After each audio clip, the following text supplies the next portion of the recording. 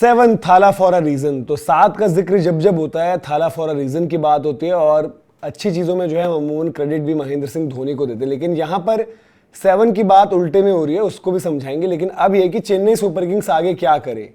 तो Chennai super Kings के पास अभी फॉर्मूला है, लेकिन उसके लिए महेंद्र सिंह धोनी को करना पड़ेगा जो उनकी हमने देखा है कि मूवी में डायलॉग बड़ा फेमस हुआ था कि it's time to take some tough calls.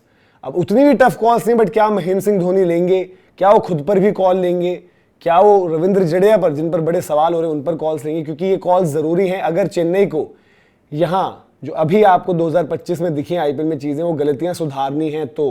क्योंकि स्टीफन फ्लेमिंग भी एक और हार के बाद, जो थी हार नंबर 7 थाला फॉर अ रीज़न, जो हम बार बार बात कर रहे हैं, उसके बाद ये कह चुके हैं कि शायद हाँ ऑक्शन में कुछ ट्रिक मिस कर गए, लेकिन अब यहाँ से जो है आगे का देखना है सफ़र कैसे क्या रहेगा। चेन्नई सुपर किंग्स नहीं किसी को लगा था कि पॉइंट्स टेबल में इस वक्त पर जो है बिल्कुल नीचे होगी, और अब आप देख भी रहे हो, आपके सामने है 9 मुकाबले 2 जीत 7 हार। 7 ही महेंद्र सिंह धोनी की जर्सी के पीछे भी लिखा होता है, लगा होता है 7, और 7 जब जब बनता है तो आप कहते हो भाई 7 थाला फॉर अ रीज़न। तो अब थाला को क्या करना है?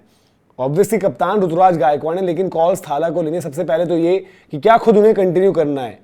देखो लॉजिकल चीज़ जो हर एक शायद महेंद्र सिंह धोनी फैन जो उनको नहीं देख पा रहा है इस स्थिति में, वो ये कह रहा है कि शायद धोनी को रिटायर हो जाना चाहिए था तभी जब 2023 में आप आईपीएल जीते।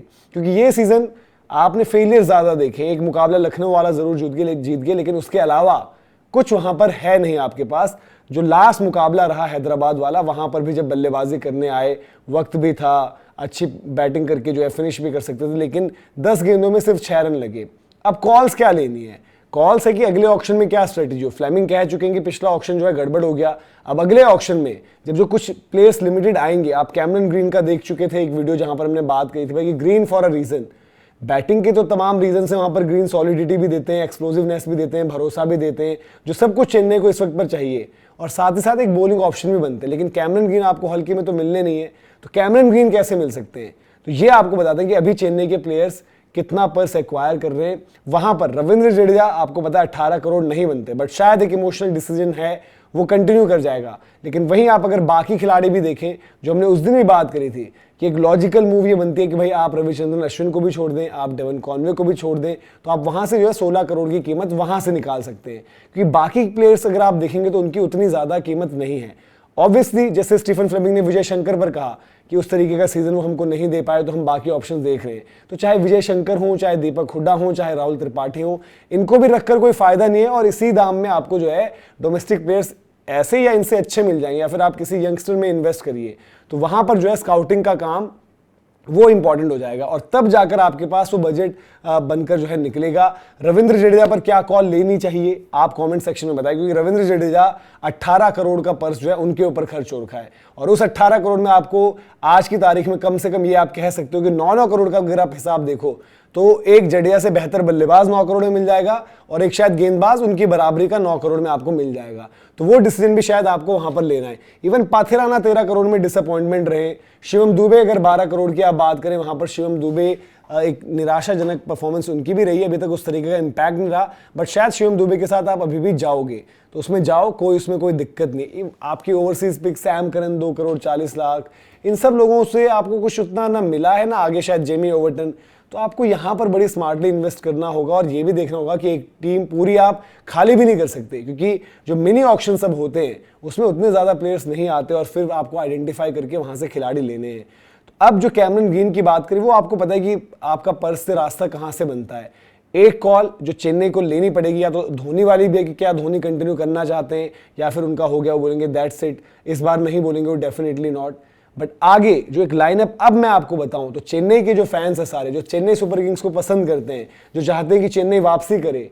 पिछली बार भी ऐसा हुआ था कि चेन्नई ने बॉटम फिनिश किया, आखिर में वो रहे एक तरीके से, बट अगले सीजन कैसी वापसी होती है कि वो आईपीएल जीतते हैं। आईपीएल जीतने वाली वापसी का भरोसा ये बैटिंग ग्रुप आपको देगा। वहां पर क्या है, आयुष महात्रे आपको पता चल गया है भाई, आयुष महात्रे में दम है। वो लड़का फर्स्ट क्लास क्रिकेट भी खेला है, गेम सॉलिड भी है, कॉम्पैक्ट भी है, और शॉटें भी खेलता है, फेयरलेस भी है। उनके साथ अगर ऋतुराज एज एन ओपनर है, कप्तान भी है आपके वो, तो एक ऋतुराज के साथ भी है कि जैसे फ्लेमिंग ने कहा इसी प्रेस कॉन्फ्रेंस में कि क्लास एक्ट, उनको हमने मिस किया, तो 2 बंदे आपको मिल जाते हैं। फिर आपको जो कैमरन ग्रीन की जरूरत है, चाहे आप ब्रेविस को 3 खिलाना या कैमरन ग्रीन को 3 खिलाना, उनको स्वैप कर सकते हो 3-5 पर, बट कैमरन ग्रीन के लिए आपको पर्स खर्चना पड़ेगा, मानकर चलिए 10 से 15 करोड़। आरसीबी फैंस वैसे ही कह रहे हैं कि भाई कैमरन ग्रीन को हम तो नहीं जाने देंगे, वहीं कभी केकेआर कह रहा है कि हमें भी कैमरन ग्रीन चाहिए, क्योंकि प्लेयर्स जो फ्रेंचाइजी स्ट्रगल करें वो बाकी भी तो रिलीज करेंगे ना, उनके पास भी एक अच्छा खासा जो है पर्स रहेगा वहां पर कैमरन ग्रीन के लिए जाने के लिए। लेकिन चेन्नई को ये इंश्योर करना पड़ेगा। तो आप अगर 3 पर अगर मानकर चलिए कैमरन ग्रीन है जो एक फ्लोटर भी है, कहीं पर भी बैटिंग कर सकते हैं, स्पिन के अगेंस्ट पैदल नहीं है जो अच्छी चीज है, और प्लस एक बॉलिंग ऑप्शन भी बन जाते हैं आपके लिए। फिर 4 पर शिवम दुबे को ही रखिए, और शिवम दुबे का भी जो है करियर उस स्टेज पर आ चुका है जहां पर आप उनका इस्तेमाल सोच समझकर स्पिन के अगेंस्ट ही करो, और स्पिन के अगेंस्ट भी वो कब तक कितना इफेक्टिव रहेंगे ये भी देखना होगा, क्योंकि उनकी भी क्रिकेट आपको देखा होगा सीजन दर सीजन रन चेजेस में फंसते हैं, दैट मींस प्रेशर हैंडल नहीं होता, तो आपको उस तरीके से देखना है। तो वहां पर भी आपको विकल्प की जरूरत है। फिर 5 आपके हो गए डिवाल्ड ब्रेविस, या फिर 3 ब्रेविस और 5 ग्रीन, तो ये बैटिंग ग्रुप आपको फिर भी भरोसा दे रहा है। फिर देन आप जो है हम महेंद्र सिंह धोनी अगर वो रहने, 2 नाम आप देखें जो धोनी जडेजा, ये उनकी कॉल्स है। अदरवाइज आप यहां पर भी जो है प्लेयर्स में आप इन्वेस्ट कर सकते हो, आप ऑप्शंस देख सकते हो।